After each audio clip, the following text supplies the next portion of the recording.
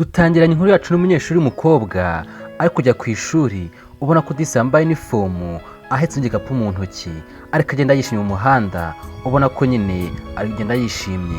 Ageze imbere aragenda abagonza umusore, nawe ubona ko nyine kujya ku ishuri ariko batiga hamwe, bari mu nzira zitandukanye. Ubwo disi umusore yahise ahindukira ahita afata umukobwa kugira ngo ategera hasi. Ubwo disi umukobwa nawe yaramurebye, aramureba disi, ubona yuko nyine amurinze kuba yakitura hasi. Ubwo disi umutipe nawe yarishimye, bararebana, ubona ko disi nawe amutabaye bimushimishije.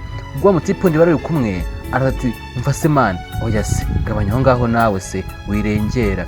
Ubwo disi umutipe nawe ko yari yatwawe ahita gutura umukobwa hasi, ati none se mani koko twimutura hasi.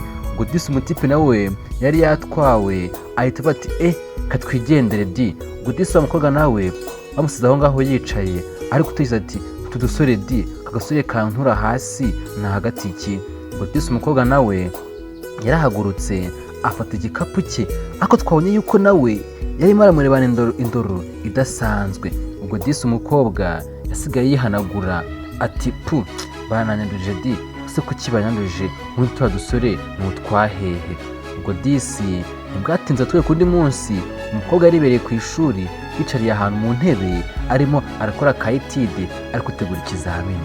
Disi ubona ko umukobwa mwiza cyane, ubwo ari kwiga ariko abandi batipe babandi baba bari hirya ye, ubona ko nyine basa nkaho bajya kumuvugisha.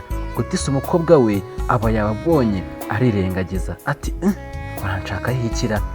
Twese kora subscribe uri utarayikora, sinatubona umunsi kundi gushimiye. Imana iguhe umugisha niba nawe warakoze subscribe, kandi umusore n'izindi nkuru wasura channel yacu ya Utazi Media ukareba izindi nkuru tubagezaho. Kandi bibutse gukomera muri bino bihe turimo byo kwibuka ku nshuro ya 31 Jenoside yakorewe Abatutsi. Ubwo disi umutipe wa undi wamukunze batwereka nyine afite akarabo aje kugashyira wa mukobwa, ariko nyine ko nyine yagize amasoni yatinye. Umukobwa nawe akabibona agaseka ati mbega agatipe kagira ubwoba kagira amasoni. Disi ubona ko umukobwa mwiza cyane, umukobwa nawe uri kwikora kayitide akabona umutipe yari kubona ati genda, ariko genda umuha akarabo nta kibazo. Umukobwa nawe akirengagiza ariko yabibonye. Ubwo disi umutipe baramusunitse ati genda shano kabembwa, genda urajya ngo uzajye usubira imbere y'abakobwa. Ubwo umutipe yaragiye kuko akamusunitse agenda hano kwihagararaho, ahita agenda ahita afata kuri ya ntambwe aricayeho afite akarabo arakamuhereza, ariko nyine yanze kureba mu maso ati akira akarabo nkuzaniye. Ubwo disi umukobwa yarabirebye arishima ati yo kumbe se ni njyewe ukazaniye. Disi yaragafashe nta nubwo namubwiye nabi. Umutipe n'ubwoba ni bwinshi avuga ati ndapfuye ndabigenza gute noneho. Ubwo disi umutipe yagumye ahumirije kugira ngo ategereze ikintu umukobwa araza kumubwira. Ubwo disi umukobwa afashe ka karabo arangije akora umusatsi ya mutipe ati akusajya ugabanya amasoni aho ngaho. Ubwo umutipe nawe yaramurebye ati kumbe se nuko bimeze, ati mbega umukobwa we. Umukobwa disi yafashe ka karabo aragenda ntamubwiye nabi. Ubwo disi umutipe asigaye yiruhutsa. Batwere kundi munsi noneho baje kumenyana, baza guhura ari batatu, abatipe babiri b'inshuti na wa mukobwa. Ubona ko disi umukobwa mwiza cyane n'abatipe beza. Umukobwa nkaho ari kubasobanurira, bari gutera story anabaganiriza gake gake, bari kubazanya amakuru. Umutipe wundi ahita kubita umukobwa mu mutwe ati uratubeshya wana, wa wundi nawe umukunze ahita muryama ati wana ako ntukatubeshye. Ubwo disi ubona ko disi ni abanyeshuri bishimiranye, ni abanyeshuri ubona ko nyine batangiye kumenyerana. Umukobwa ati mvaho pe, ibyo se bibaho? Ntabwo bishoboka. Ubwo disi umukobwa bahise bamusunika bati zancagiza n'icyo gitabo cyacu hano twigendere. Ubwo disi bahise birukanka, umukobwa birukankaho, ubona ko disi bari gukina, ubona ko nta rwango rurimo. Ubwo disi umukobwa yahise afata wa mutipe mutwara ikayi ati hagarara sha, mu kumutura hasi. Akimara kuryama hasi, umukobwa nawe araza muryama hejuru. Ubona ko disi n'abanyeshuri bashimishije. Umwe w'imbere ahindukiye abona ati bya bintu ko bikaze se, kurasi niko bimeze. Ubwo disi umutipe abazi yuko bamutuye hasi ngo ababaye, kumbe urabona yuko disi ababo bari kubona akana ko mu jisho, ubona ko disi bishimye, ubona ko nta rwango rurimo, ubona ko nyine bose babyishimiye, ubona ko bakomeje kurebana. Umutipe biramurenga ati ewana, ati nyange biriya bintu byazambayeho ra, ubwo byaranze, niba ari agashyari simbizi, niba agiye kubatabara simbizi. Ubwo disi yasubiye inyuma, araza ngo aze kubatabara, araza akora kuri wa mutipe ati ntabwo ubabaye se? Ubwo disi umukobwa we yamuguye hejuru, yanga kumurekura, yanga kumuvaho. Ese mama biragenda bite? Ubona ko disi ni abanyeshuri bishimye. Niba bakora subscribe niba utarayikora, ndetse nawe wamaze kuyikora ndagushimiye, Imana iguhe umugisha kandi dukomeze kwibuka twiyubaka. Ubwo disi umutipe yarahagurutse, ubona ko nyine byamurenze, avuga ati ahubwo se nanababayera? Ati ntabwo nababaye, bibaho se ahubwo ntabwo bishoboka. Ubwo disi umutipe yatangiye kujya nisetsa areba wa mukobwa ati ewana, ariko ni mwiza mana yanjye. Ubona ko disi ni abanyeshuri bishimye. Ubwo ntibwatinze kundi munsi, ubona ko n'abanyeshuri mbere yuko bajya ku ishuri barabanza bagahura uko biga ahantu hatandukanye. Ubwo disi ko bari kugera mu muhanda, umukobwa wamaze kubona yuko umutipe agira amasoni, yatangiye kugenda amufatisha gake gake nk'uko mwabibonye.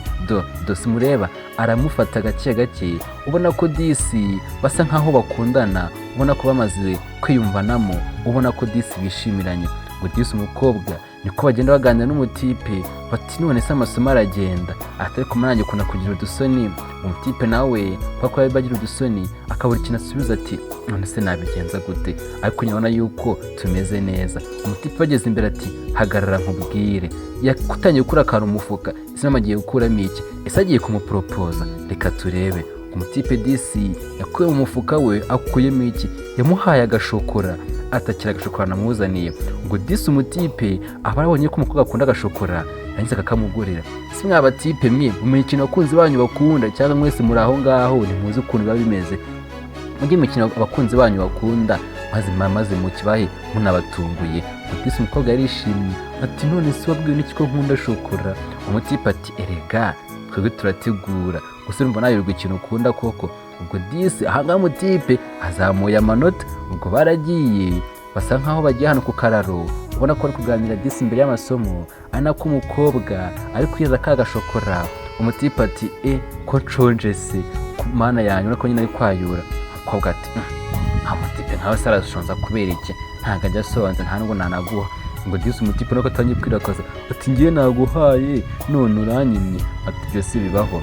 Umukobwa ati reka nze nkwereke, ushaka ngo nguhe? Ngo disi umukobwa yakuyemo ya shokora yose ayishyira mu kanwa, ariko ntiyayimarira mu kanwa.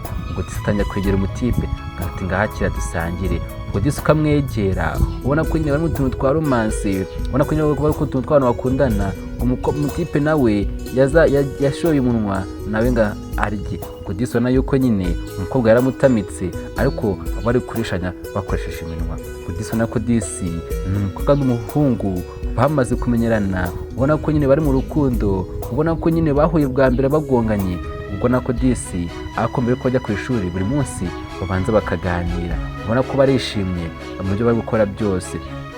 Disi umutipe we amasomo yatangiye kumuvamo, nuko agaramukunze, ubona ko disi ni abantu baberanye kandi ubona ko bakundanye. Batwereka umunsi wakurikiyeho, umukobwa urukundo rwaramurenze, ubona yuko yatangiye kwishimira umutipe. Kweri mu muhanda akagenda, aza kubona umutipe ari aho ngaho, ariko uvuga ati umva se wanze no kunsuhuza se? Umukobwa ati reka sha ntago nagusuhuza. Ubona ko disi ni umuhungu n'umukobwa, ubona ko bakundanye.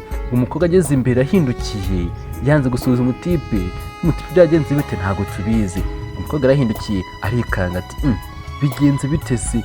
Ye baba we, birashoboka se? Umukobwa yaje asubira nyuma yirukanka, aze ngo arebe ikintu umutipe abaye. Mu kujya kureba umutipe niba yarwaye depression ntago tubizi, yahise yitura hasi. Umukobwa nawe araza kumureba ati ubaye iki se? Umubaye iki? Yo sheri umeze ute? Nese kuki wituye hasi bigenze bite? Ngo disi umukobwa yaraje aramwegera, atangira kumuhagurutsa gake gake, ubona ko arimo no kurira. Ati none se ubaye iki? Basi wabyutse. Ngo disi umukobwa atangira kurira ati mana we. Umutipe nawe ubona ko nyine niba yataye ubwenge ntabwo tubizi, ariko se ubwenge bwahe? Dore akajisho di mu kuhindukira mu kureba, abona umukobwa yaje kumutabara. ubona ko iyo disi umukobwa atangiye guseka, umutipe nawe araseka, ubona ko disi utangiye gukina utuntu tw'abana tw'abantu bakundana. Uretse gukora subscribe n'utarayikora sinayikoze ndagushimiye, kandi umunsi ukeneye n'izindi nkuru wasura channel yitwa Utazi Media ukora izindi nkuru tubaha, kandi nkomeza kubasaba kwibuka twiyubaka. Nanga dusoje inkuru yacu, ntuzo nakagaruka. Imana ibarinde, mujye mukura isomo muri izi nkuru tubaha. Ubwo disi ubona ko nyine abakunzi bacu, agakupure kacu ubona ko ari keza cyane kandi karaberanye, bakomeje kuganira bavuga ati ndagukunda, nawe ati ndagukunda. Ubona ko disi abanyeshuri bishimye. Imana ibarinde, ndabakunda cyane.